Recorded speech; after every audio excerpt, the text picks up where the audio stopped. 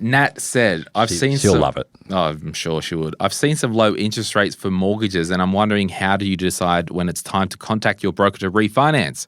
Is there a rule of thumb for time between refinancing? Is there an episode on this? No, there isn't. My interest rate is already pretty good at 5.5, but I see 4.9.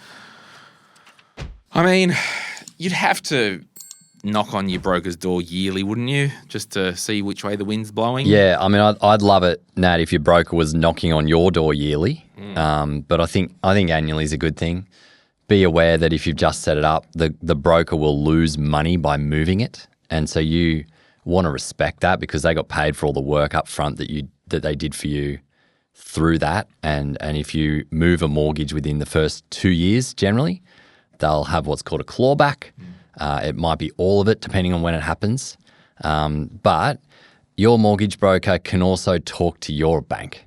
And so that's where it's really worth understanding, well, what's going on in the market, and can we you make negotiate there? Yeah, you make a good point, because I literally was writing down, people say refinance, and I get it, that's this umbrella term, but it doesn't need to be a full application, refinance to another bank and all this. It could be just a repricing, and they might be able to do a better deal.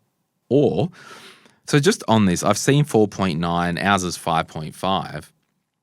If you've got a 90% loan and you've paid LMI and all this, you're considered a higher risk to someone who's got a LVR of 70 or 60. So high risk, the bank needs to have a higher premium for that risk, which is a higher interest rate. So sometimes if you've seen 4.9, they might advertise it, but you might need to have a 30-40% deposit or equity. Yeah, I mean, if there's been enough time, maybe your equity has grown to the point that you've stepped under one of those lines too, right? And so you've paid off a bit, your property's gone up in value, maybe you can get a better rate straight up anyway. And this is the thing, you don't want to just automatically refi to another bank and stuff to chase a bee's nipple of a discount, because there's going to be discharge fees, there might be a mortgage application fee, the soft cost of your time, that's a consideration. So by the time you actually do the cost benefit, and a good broker should do this, you'll get back to square one with this lower rate after 12 months.